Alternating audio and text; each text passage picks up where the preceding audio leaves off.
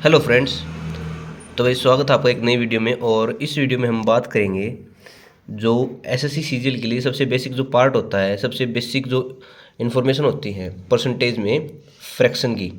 और ये जो स्टैंडर्ड फ्रैक्शन है इनकी वैल्यू आपको याद ही होनी चाहिए, क्योंकि हर पेपर में ये मान के चलो यदि आपको मैथ करना है तो हर चैप्टर में इनकी ज़रूरत पड़ती है। आप किसी भी चैप्टर को करने से पहले यदि आपके पास ये स्टैंडर्ड फ्रैक्शन आपको याद नहीं है तो आपको मैथ में बहुत दिक्कत होगी। और पेपर करने में तो ये मान के चलो आप मैथ कर ही नहीं पाओगे, क्योंकि सारा जो खेल है एसएससी में या किसी भी एग्ज़ाम में वो टाइम मैनेजमेंट का है। और टाइम मैनेजमेंट आएगा आपकी बहुत सी चीज़ें आपको याद होनी चाहिए, मतलब कि ऐसा होना चाहिए कि आपके दिमाग में हर चीज़ पहले से ही क्वेश्चन आधा निकला होना चाहिए। तो स्टैंडर्ड फ्रैक्शन में बात करते हैं। सबसे पहले 1/2 की फ्रैक्शन होती है भाई 50%। 1/3 33, 1/3%, 1/4 25%, 1/5 होती है 20%। आप जिस तरह ये मान के चलो यदि 3/5 दिया है तो आप मल्टीप्लाई 3 कर दोगे 20 में भी 60% हो जाएगा। ऐसे निकाला करो, ऐसे नहीं कि 3/5 की याद कर रहे हो। जैसे 2/5 है तो 1/5 की 20% है, 2/5 की क्या होगी 40% हो जाएगी। जैसे 1/6 की कितनी है 16, 2/3%। ये स्टैंडर्ड फ्रैक्शन है, ये तो आपको रटी होनी चाहिए। 1/7 की कितनी है 14/14 से ही 2/7%, 1/8 12, 1/2%। और एक बात बताऊँ आपको, ये आप ये सोच रहे होंगे याद कैसे करें। आपको याद नहीं करनी है, आपको डेली इनको सिर्फ देखना है। जब आप डेली देखोगे तो अपने आप 10 दिन में 15 दिन में आपको याद हो जाएंगे और आपको पता भी नहीं चलेगा। लेकिन आप याद करना स्टार्ट करोगे तो आपको याद होंगी ही नहीं और आपको एक मेंटली प्रेशर होगा दिमाग पे। लेकिन आप यदि इनको देखोगे सिर्फ तो आप काम चल जाएगा आपका। तो 1/8 होता है 12 C 1/2%, 1/9 होता है 11 1/9%, 1/10 10% होता है। जैसे मैंने बताया था आपको 4/5 क्या होता है 1/5 20%। तो 4/5 कितना होगा, गुणा में 4 कर देंगे 80%। 3/5 गुणा में 3 कर देंगे तो 60%। और 3/4 जैसे 1/4 25% होता है तो 3/4 कितना हो जाएगा 25 3 75%। 7/11 जैसे 1/11 9 से ये 1/11 होता है 9, 1/11 बताया नहीं मैंने, 1/11 होता है 9 से 1/11। तो 7 से करेंगे तो इसकी मल्टीप्लाई आ जाएगी 63 से ही 7/11। 1/11 होती है भाई 1/11 9 से 1/11, 1/12 होती है 8 से 1/3। ये बहुत इंपॉर्टेंट फ्रैक्शन है, 8 से ही 1/3। 1/13 होती है 7 से ही 9/13। 1/14 कितनी होती है 7 1/7%। 1/15 6 से 2/3। और 1/16 होती है 6 से ही 1/4%।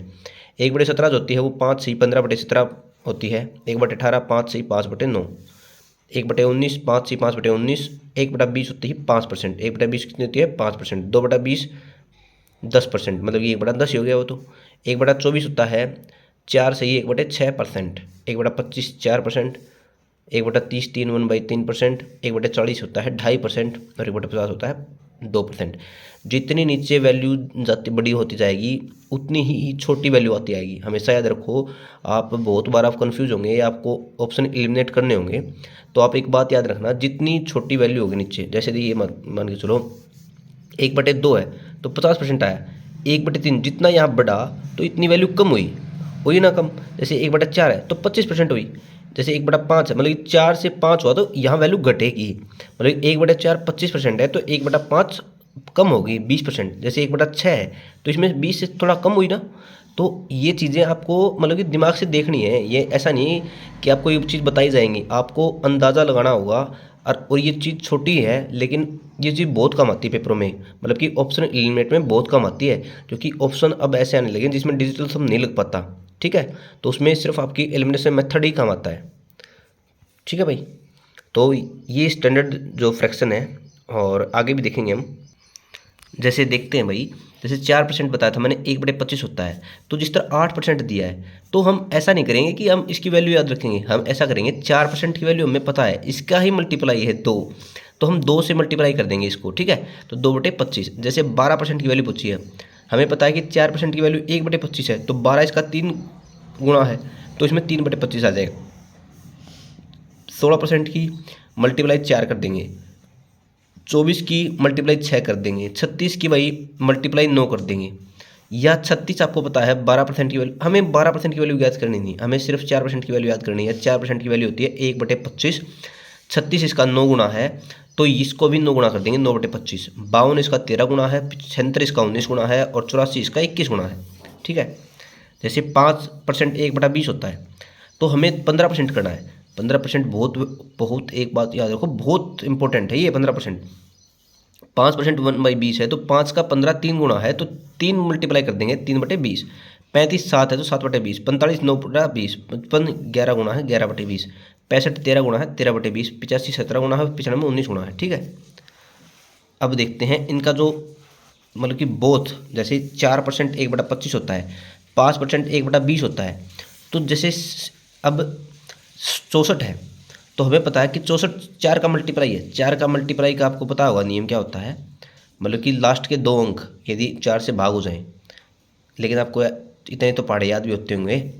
तो 4 का 16% 16 गुना है, तो 16/25।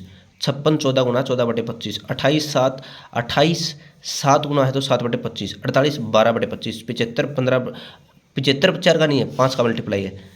5 गुना में 15 15 75 15/20। 45 9/20। 92 4 का मल्टीप्लाई है। 23 चौके 92। 68 17 चौके 68। 32 8 चौके 32। 25 1/4%। 35 7/20 और 90 9/10। जैसे आप देखते हैं, जैसे स्टैंडर्ड जो फ्रैक्शन थी, जैसे 1/3 है, ये 33 से 1/3 मैंने बताया था ना, वो स्टैंडर्ड जो फ्रैक्शन आपको इनको याद कर लो, आगे आपको कठिनाई नहीं होगी। जैसे 2/3 आ गई, 2/3 जैसे 1/3 का 2 गुना है, तो इसमें भी 2 गुना कर देंगे। 66 सही 2/3। ठीक है, 1/7 स्टैंडर्ड फ्रैक्शन 1/7 है। 14 सही 2/7। 3/7 पूछी है, तो इसका 3 मल्टीप्लाई है, तो इसको भी क्या करेंगे, पहले 14 की मल्टीप्लाई करेंगे 3 से। 14 3 42, और फिर करेंगे इसकी मल्टीप्लाई 3 से, तो 3 दूनी 6 6/7। ये सही आ गया, पहले सी 6/7। जैसे 1/7 14 सी 2/7 है, तो 5/7 पूछा है। 5 की मल्टीप्लाई कर लेंगे पहले 14 से 70, फिर करेंगे 5 की 2/7 से 10/7। आपको पता है ऊपर बड़ा है नीचे छोटा है, तो ये तो गलत है, हर बड़ा होना चाहिए।